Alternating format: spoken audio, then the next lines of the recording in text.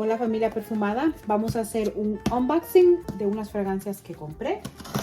No va a ser primera impresión, esto lo voy a hacer tal vez en otro video. Ok, la fragancia que tenemos aquí, a ver si la pueden ver bien, es Loewe Agua Miami. La segunda que tenemos aquí, de esta no vamos a hacer una primera impresión porque esa la conocen muy bien. Y esta es Loewe 001 Woman.